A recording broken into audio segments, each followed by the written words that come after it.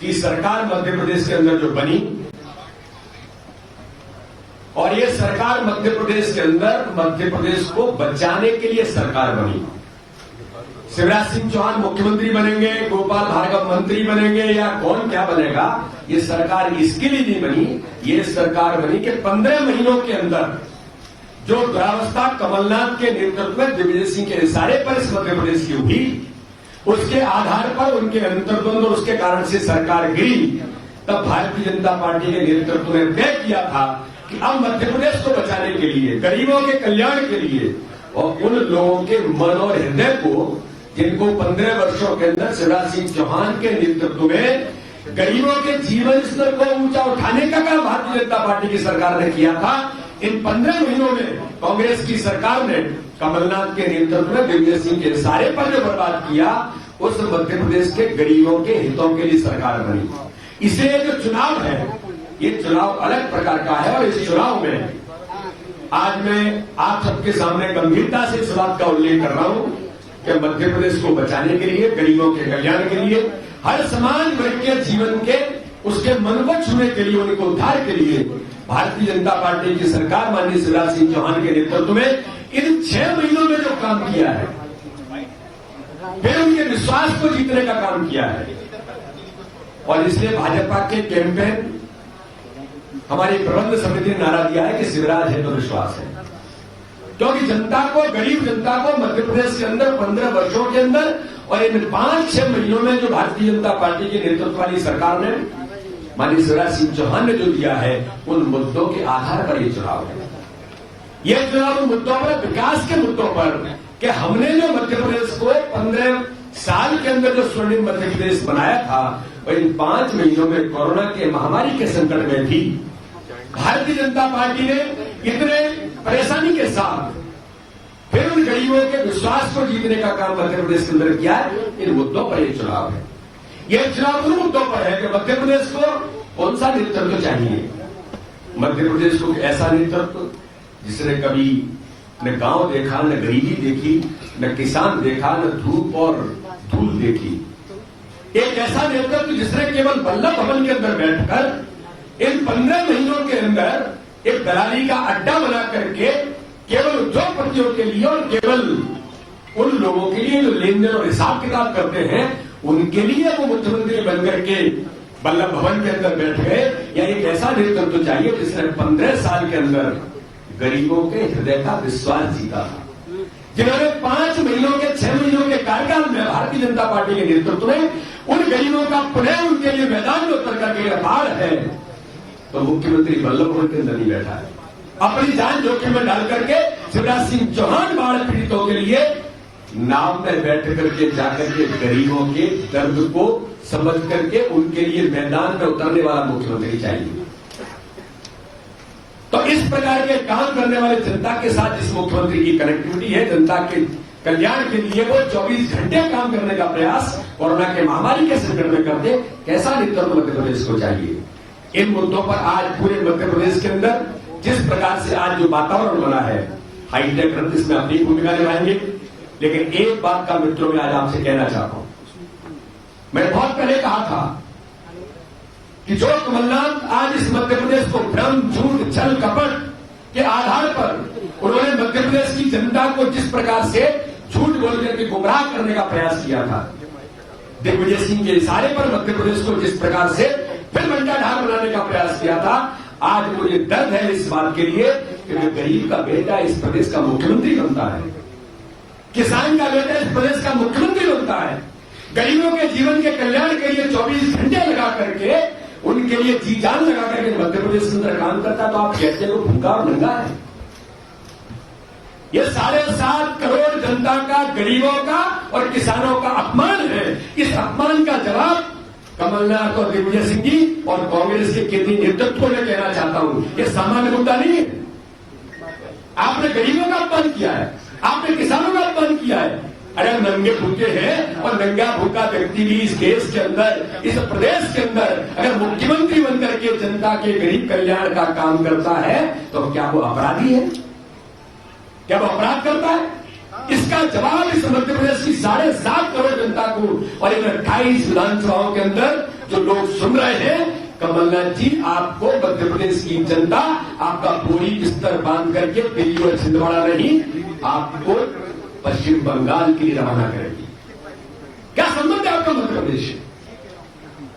आपने मध्य प्रदेश के अंदर, मैं पूछना चाहता हूं, आपके नेता कहते हैं कि वो जो देश का सबसे बड़ा उद्योगपति है।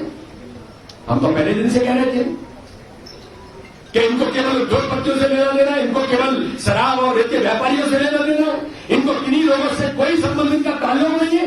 क्योंकि मध्य प्रदेश के अंदर मैं पूछना चाहता हूं, आप झोला लेकर के आए थे और छिंदवाड़ा के अंदर, मैं छिंदवाड़ा के अंदर वर्षों तक रहा हूं, मैंने उस गरीब जनता को देखा है। आप इतने बड़े उद्योगपति कैसे बन गए? अरे मैं कहता हूं कि मध्य प्रदेश के अंदर आपने छिंदवाड़ा के उन गरीबों के खून चूस करके आप इतने बड़े उद्योगपति बने। मध्य प्रदेश की जनता तुमसे पूछना चाहती है। और जब विकास की बात होती है तो आप केवल छिंदवाड़ा के बारे में चिंता करते हैं। छिंदवाड़ा के बारे में मुख्यमंत्री भी चिंता करते हैं, हमारा पूरा नेतृत्व चिंता करता है। तो वो भी हमारी जनता है, वो भी हमारे कार्यकर्ता है, वो भी हमारे लोग हैं, वहां भी हमारा गरीब है। लेकिन आपने, मैं पूछना चाहता हूं कमलनाथ जी, आप कहते हो छिंदवाड़ा मॉडल, अरे तामिया के अंदर आप इतने सालों तक रहे, छिंदवाड़ा मॉडल की बात करते हो, लेकिन तामिया के अंदर वहां पर बिजली तक पहुंची जब माननीय नरेंद्र मोदी ने देश के अंदर हर गांव में बिजली पहुंचने का संकल्प लिया, तब वहां पर जाकर के बिजली का खंभा शिवराज सिंह चौहान ने लगाया। आप मॉडल की बात करते हैं, गरीबों का खून चूसने का कितने बड़े बन गए। और केवल छिंदवाड़ा के विकास की चिंता करके आपने पूरे मध्य प्रदेश के साथ छल किया है, पूरे मध्य प्रदेश को आपने धोखा दिया है। ग्वालियर चंबल अंचल के अंदर जो विकास शिवराज सिंह चौहान और भारतीय जनता पार्टी की सरकार, नरेंद्र मोदी और नितिन गडकरी कर रहे थे, आपने उन विकास के कामों को भी अवरुद्ध और रोक दिया। इसलिए ग्वालियर चंबल के अंचल की जनता भी और संपूर्ण मध्य प्रदेश की जनता इन 28 विधानसभाओं में आपसे पूछ रही है कि आपने मध्य प्रदेश का छल क्यों किया। आप कहते हैं कि मेरा कसूर क्या है, अभी माननीय मुख्यमंत्री जी बताएंगे आपका कसूर क्या है। लेकिन मैं इस बात को बहुत गंभीरता से कह रहा हूं कि जो मुद्दा है, जो उन्होंने भूखे और नंगे की बात की है, हाँ हम हैं भूखे और नंगे, लेकिन गरीबों के लिए काम करने वाले 24 घंटे हमारा गरीब का नेतृत्व शिवराज सिंह चौहान के नेतृत्व में, गरीब किसान का बेटा उनके लिए काम करता है।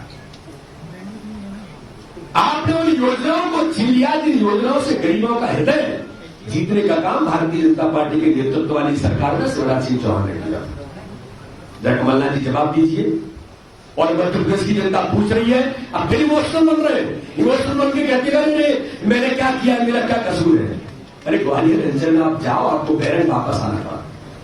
किसानों के साथ आपने छलो धोखा किया, आपके मंत्री जाते हैं तो जनता पूछ लेती है कि झूठ बोल करके आप सरकार में आके बैठे और आप पूछ रहे हो कि किसानों के लिए हमने क्या किया है, बैरन वापस छोड़ना पड़ता है। मध्य प्रदेश के अंदर जो मध्य प्रदेश को बचाने वाला चुनाव है, मध्य प्रदेश के गरीबों के कल्याण का चुनाव है, मध्य प्रदेश के हितों के उन गरीबों की रक्षा करने वाला जो चुनाव है, जो माननीय शिवराज सिंह चौहान के नेतृत्व में सरकार बनी है, इस सरकार को स्थायित्व से लेकर उसको ताकत देने का काम संपूर्ण 28 विधानसभाओं में कांग्रेस की जो जमीन खो चुकी है, कांग्रेस अपना विश्वास खो चुकी है। न कांग्रेस के पास नेता बचे हैं, न कांग्रेस के पास कार्यकर्ता बचे हैं।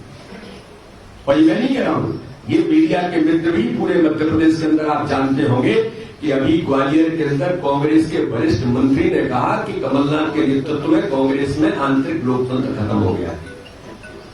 मैंने मीडिया के मित्रों से प्रेस में कहा था वहां, और मैंने कहा कि आप कहां के लोकतंत्र की बात कर रहे हैं, जिन लोगों ने देश के अंदर लोकतंत्र की हत्या की। और आज मैं फिर कह रहा हूं आपके सामने कि जिस प्रकार से गरीबों का खून चूस करके तुम देश के सबसे बड़े उद्योगपति बने, इसका जवाब मध्य प्रदेश की जनता आपसे पूछ रही है। तो मित्रों, इस देश के अंदर लोकतंत्र की हत्या करने का काम इंदिरा गांधी ने इमरजेंसी लगा करके मीडिया के मित्रों से लेकर हर उस आवाज उठाने वाले की आवाज बंद करके जेल के अंदर डाल दिया था। 19 महीने लोग जेल के अंदर रहे थे।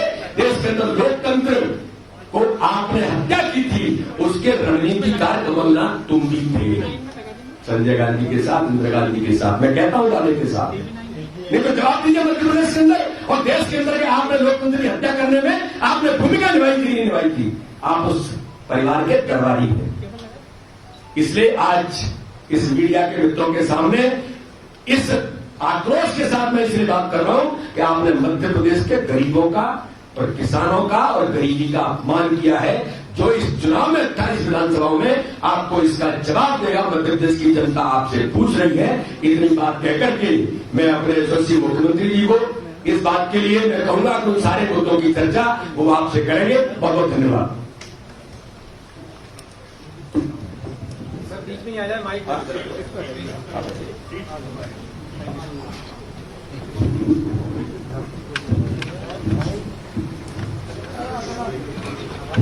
मित्रों, माननीय अध्यक्ष जी ने अनेकों तथ्य आपके सामने रखे हैं। आज पहले मैं उनको बधाई देना चाहता हूं। कोरोना काल में उन्होंने भूपेंद्र सिंह जी जो प्रबंध समिति के अध्यक्ष हैं हमारे, उनकी टीम ने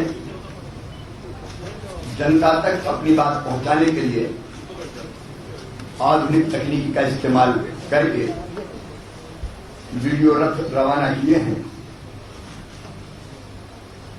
हम चुनाव को चुनाव की तरह लेते हैं, लेकिन पता नहीं कांग्रेस के मित्रों को क्या हो गया है। जाती रही भावना जैसी, प्रभु मूरत देखी दिन तैसी। अब वो गरीबों को नंगे भूखे समझते हैं तो नंगा भूखा कहते हैं। ये उनके अंदर जो संस्कार है, जो भाव है, उसका प्रकटीकरण है। अब वो कहते हैं कि शिवराज नारियल लेके चलता है। अब मुझे तो याद नहीं कि मैं जेब में हमेशा कब नारियल रखता था। आप भी मेरे साथ कई बार गए हो, लेकिन नारियल ने उनको विकास पर आपत्ति है। हमने कोरोना काल में भी विकास के कामों को रुकने नहीं दिया। धन की कमी का रोना नहीं रोया। जब जरूरत होती है, जनता मांग करती है, हम मांग स्वीकार करते हैं। अब हम विकास का काम करते हैं तो वो कहते हैं नारियल लेके चलते हैं। मैं कहा नारियल लेके ना चलूं तो क्या लेके चलूं? नारियल हमारी संस्कृति और संस्कार का हिस्सा है और हम तो जनता को भगवान मानते हैं। मैं कई बार कहता हूं तो उसकी पूजा का माध्यम भी नारियल बन जाता है। अब मैं अगर अपनी जनता को प्रणाम करूं, प्रणाम करना अपनी संस्कृति है। इस सब मानते हैं। लोकतंत्र में जनता ही सर्वोपरि है। हम उसको भगवान कहते हैं। जनता की सेवा भगवान की पूजा है और इसलिए हम सदैव जनता के चरणों में झुकते हैं। हमारे प्रधानमंत्री जी भी जनता को झुक के प्रणाम करते हैं। हम उस राह पर चलने वाले लोग हैं। विनम्रता के साथ अपनी जनता का सम्मान। अब मैं वो करूं तो वो कहते हैं घुटने टेक दिए, लेट गए। हम तो कई बार घुटने टेक के जनता के सामने हैं। तुम्हारे जैसे दम्भी अहंकारी के सामने घुटने नहीं टेकेंगे, लेकिन जनता के सामने तो सदैव घुटना भी टेकेंगे और प्रणाम भी करेंगे। कल उन्हें एक नई उपमा दे दी, नंगे और भूखे हैं। ये नंगे और भूखे गरीबी का अपमान है, गरीबों का अपमान है। देखिए जी, मेरा तो कोई मान अपमान नहीं है। हमें क्या, हम तो जनता के सेवक हैं और सेवक का कोई सम्मान, कोई मान, कोई अपमान नहीं होता।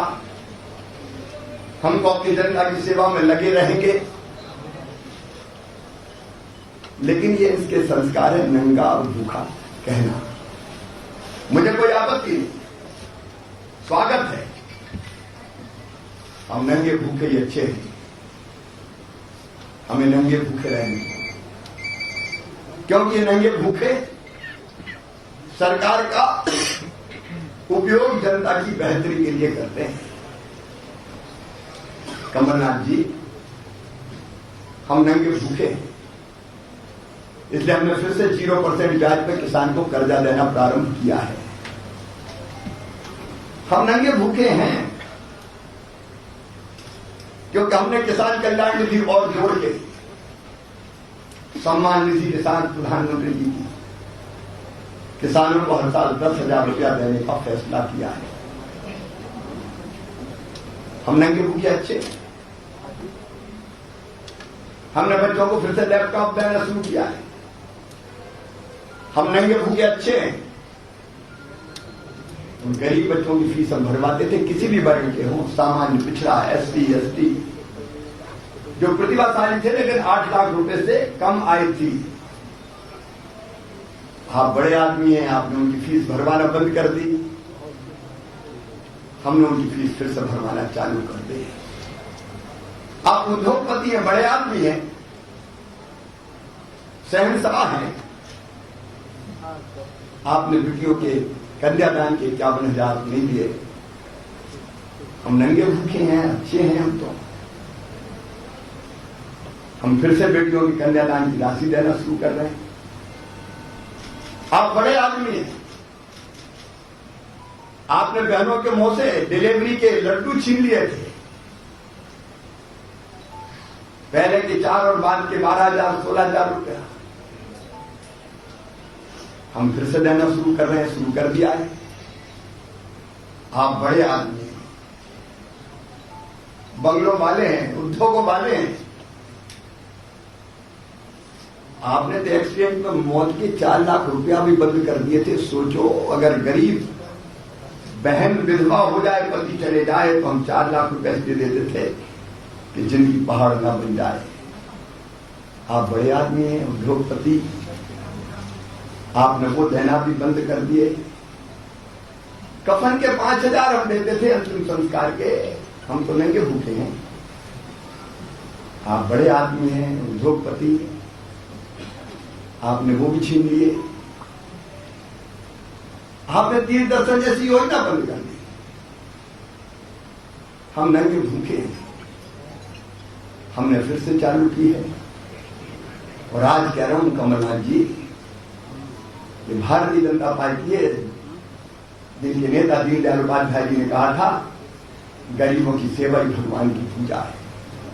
हमारे प्रधानमंत्री उसी रास्ते पर है, उनके पीछे हम भी उसी रास्ते पर चल रहे हैं। और आज कहना चाहता हूं उद्योगपति, धरती के संसाधनों पर गरीब का भी बराबर का हक और अधिकार है।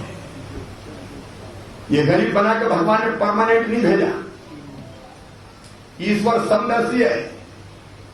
ये गरीबी और अमीरी का भेद पैदा किया तुम जैसे लोगों ने। अपनी बुद्धि, कुटिलता और ताकत का इस्तेमाल करके कुछ लोग उद्योगपति धनवान बन गए, बाकी गरीब रह गए। अमीरी गरीबी की खाई पड़ती रही। हमारा संकल्प है, धरती के संसाधनों पर पहला हक है गरीबों का। मुझे गाली दो, गरीब कहो, नंगे कहो, भूखे कहो, लेट गया, घुटने टेक दिए, एक्टर है। पता नहीं क्यों शाहरुख खान और सलमान खान, कैटरीना कैफ, जैकलीन फर्नांडिस बार बार क्यों उनको याद? मुझसे कहते मैं एक्टिंग करने जाऊं, कुछ भी कह लो, मजाक उड़ाओ मेरा। मैं नंगा भूखा हूं, लेकिन गरीबों को उनका हक दिलवा के रहूंगा। इस मध्य प्रदेश के खजाने पर पहला हक और अधिकार है तो गरीबों का है, गरीबों का है, गरीबों का है। इसलिए कई योजना बनाई है और योजना बनाऊंगा। और जितनी आबादी गरीबों की मध्य प्रदेश में है, बजट का उतना हिस्सा गरीबों को देंगे, देंगे और देंगे। तुम्हारे उद्योग तुम्हें मुबारक। अभी तो और योजना बन गई गरीबों की, किसानों की, निम्न मध्यम वर्गीयों की। तुम उद्योगपति हो, तुमने तो प्रधानमंत्री जी की कुटिया नहीं आने दी, यहां उनमें कटौती कर दी। आप उद्योगपति और बड़े आदमी, आपने प्रधानमंत्री किसान सम्मान निधि में नाम नहीं जोड़े किसानों के। क्या बिगड़ता था आपका अगर प्रधानमंत्री जी के पैसे पहले आ जाते? हमने 77 लाख नाम जोड़े किसानों के। आपने विकास के काम ठप कर दिया। आप बड़े आदमी हैं, उद्योगपति, क्योंकि आप जब दिग्विजय जी मुख्यमंत्री थे तब ट्रांसफार्मर बना के सप्लाई करते थे, बिजली के मीटर और पता नहीं क्या क्या, और यहां बैठ के भी बल्लभ भवन में क्या करते थे कौन नहीं जानता। आपका बड़प्पन आपको मुबारक हो। हमें नंगे भूखे रहने दो, हम नंगे भूखे ही अच्छे हैं। लेकिन फिर दोहरा रहा हूं, गरीबों को किसानों को उनका हक देंगे। और अभी तो 4,000 रुपए देना शुरू किया किसानों को, ये तो अभी ट्रेलर है, ये और बढ़ेगी। और संबल योजना के माध्यम से आज मैं कह रहा हूं गरीब बच्चे जितने भी सामान्य पिछड़े SC ST उनकी उच्च शिक्षा की पूरी फीस मामा छुड़वाएगा। गरीबों का दंश वो सहन करके ये महसूस करें कि कहां हम गरीबों के घर में पैदा हो गए, ये किसी भी कीमत पर हम नहीं होना है। गरीबों को अधिकार न्याय देना ये हमारा धर्म है और इसलिए हम बड़ों से टैक्स लेंगे और गरीबों को सुविधाएं बांटेंगे, यही सामाजिक न्याय है। आपका बड़प्पन, आपकी अमीरी, आपके उद्योग आपको मुबारक हो। हम तो नंगे भूखे हैं, हमें नंगा भूखा ही रहने दें। सर शिवराज जी, चाय वाला महोत्सव सौदागर के बयान हमने सुने थे कि किस तरीके से देश में जो माहौल बदला था पूरा, ये भूखे नंगे क्या चुनावी कैंपेन का हिस्सा बीजेपी? हमने तो कभी नहीं कहा कि हम भूखा नंगा कोई मुद्दा बनाएंगे। हम तो गरीबों की सेवा करने वाले लोग हैं, अब उनको जो करना है करें। सर इसके आगे का एक सवाल है। देखिए मैं आहत नहीं हुआ, लेकिन सब गरीबों को आहत किया। तो जब गरीब आहत होता है तो मैं अपने आप आहत हो जाता हूं। सर रणनीति के तौर पे एक सवाल है, जो सुधीर ने कहा कि चाय वाली जो बात थी 2014 में, उसके बाद पूरे देश में चाय पे चर्चा चालू हुई। तो अब ये जो भूखे नंगे बात है, तो क्या रणनीतिक तौर पे कोई पार्टी इस तरीके का कैंपेन शुरू कर रही है?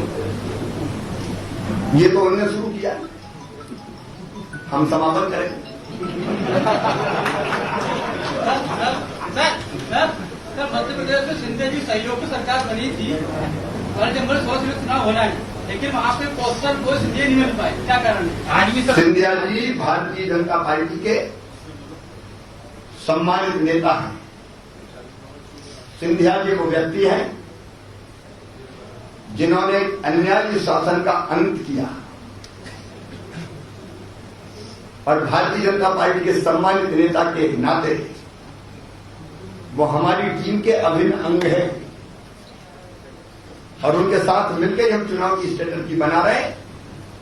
हम सब साथ मिलकर चलेंगे। एक मिनट, आपके लिए पत्रकारों को लिए बड़ा विषय है। हम जो वीडियो रथ में कंटेंट डिलीवर करने वाले हैं, जो वहां भाषण बताने वाले हैं, जो विषय रखने वाले हैं, वो इस LED पर आखिरी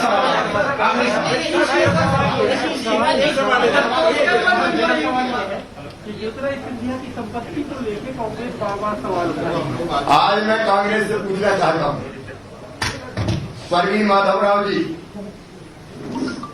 इतने साल तक कांग्रेस में रहे, तब उनकी लोकप्रियता का लाभ उठा के तुम राजनीतिक लाभ लेते रहे, तब तुमने उंगली नहीं उठाई। अरे ज्योतिरादित्य जी को तो छोड़िए, कैलाशवासी माधवराव जी पर उंगलियां उठाकर शर्म नहीं आती कांग्रेस को? जब तक तुम्हारे साथ थे, अच्छे थे, सबसे अच्छे थे, सबसे ज्यादा लोकप्रिय थे, आपके चहेते थे, और आपके कुकर्मों के कारण जब आपकी सरकार गिरा दी तब वो सबसे खराब हो गए, सबसे बुरे हो गए। प्रदेश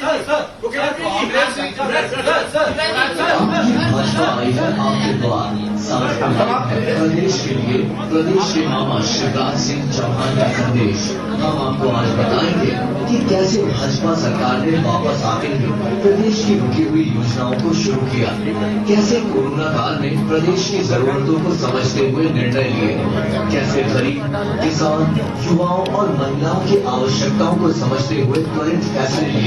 प्रधानमंत्री श्री नरेंद्र मोदी और शिवराज सिंह चौहान ने समय समय पर कैसे सीधे संवाद करके हौसला बढ़ाया, परेशानियां समझी और समाधान ढूंढा। तो सबसे पहले देखते हैं हमारे मोदी जी और मुख्यमंत्री जी ने चरखा का व्यापार करने वाले शब्द ऋण पाने वाले मध्य प्रदेशवासियों से बात की तो उनके दिल से मोदी जी और बाबा के लिए क्या शब्द निकले। देश और प्रदेश के मुखिया